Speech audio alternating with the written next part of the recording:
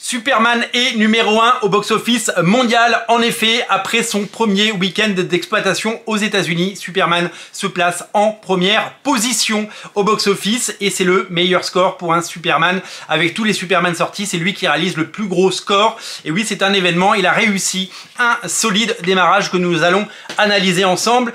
En effet, 122 millions de dollars au box-office en 3 jours. C'est le score de ce Superman de James Gunn.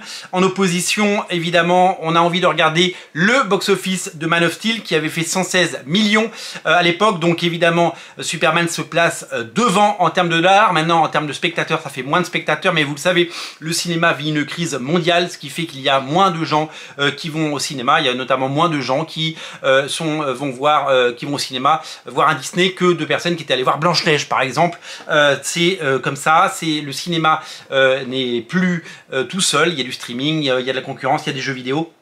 C'est très compliqué d'analyser les scores, mais en tout cas, sur les indicateurs qui nous sont donnés, eh bien, Superman dépasse tous les autres films Superman avec 122 millions de dollars. À titre de comparaison, le Superman Returns de Bryan Singer avait quant à lui ramené 52 millions de dollars. Donc le score est assez étonnant. 52 millions de dollars à l'époque et là 122 millions. Autant vous dire que le démarrage s'est fait de la meilleure des façons. Alors évidemment, il faudra voir comment ça évolue pendant la semaine. Et il faudra voir comment ça évolue surtout pour le second week-end où la chute pourrait être rude. Si les gens et si le bouche à oreille est bon, eh bien le film pourrait se maintenir. Surtout qu'il n'y a pas une grosse concurrence le week-end prochain. C'est les Schtroumpfs The Smurfs qui sort le week-end prochain, et d'ailleurs les Schtroumpfs, le nouvel opus des Schtroumpfs ne devrait pas remporter un énorme succès puisque il est annoncé à 20-22 millions. Donc si tout va bien, Superman pourrait être numéro 1 du box-office encore la semaine prochaine aux États-Unis. Alors nous sommes donc à 122 millions de dollars aux États-Unis. Plus 95 millions de dollars dans le monde. Le score mondial n'est pas ouf, mais Superman, ça marche surtout aux États-Unis. Historiquement, c'est surtout là-bas que ça a le plus fonctionné. C'est un héros américain.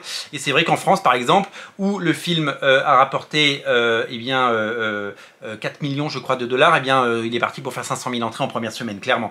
500 000 entrées, c'est pas des très gros scores.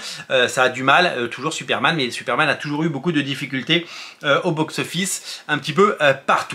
Donc Man of Steel, ils avaient fait 116 millions de dollars et à la fin, ils ont terminé à 291 millions de dollars pour terminer au global à 670 millions de dollars. Donc les analystes pour le moment s'accordent à dire que le film pourrait avoir le même type de carrière et terminer autour des 300 millions de dollars aux États-Unis si tout se passe bien et terminer autour des 670 millions ou peut-être 700 millions si vraiment il se passe quelque chose dans le monde. On lui souhaite bien entendu pour l'avenir de ces films et du DCU qui va évidemment continuer d'être soutenu pendant les prochaines années.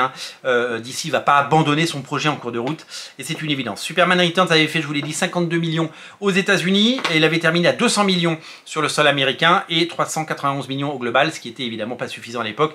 Voilà pourquoi il n'y avait pas eu de suite et voilà pourquoi Zack Snyder avait fait son reboot avec Man of Steel. Ce qui est intéressant, c'est de voir que DC Studios fait son meilleur score pour un film de super-héros depuis 8 ans. Ça faisait 8 ans qu'ils n'avaient pas fait un score aussi important. Et que si on compare avec le dernier film sorti, qui était Flash, souvenez-vous.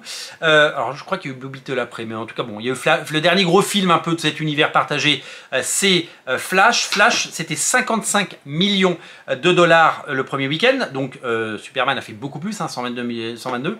Il avait fait 108 au total aux États-Unis, Flash, alors que là, on est déjà à 122 millions, donc le film est déjà un succès par rapport à Flash.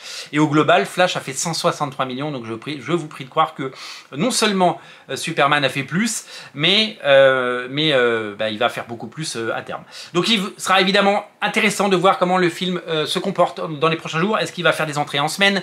Est-ce qu'il va faire des entrées le week-end prochain? Comment ça va se passer à l'international? Est-ce qu'il va y avoir un bon bouche à oreille? Nous serons là pour analyser. En tout cas, le film part sous de très bons auspices, dans un contexte évidemment qui est difficile, puisque même le nouveau Jurassic World, peu importe les critiques, vient d'atteindre 500 millions de dollars, c'est-à-dire qu'il n'est pas au milliard comme les autres d'avant.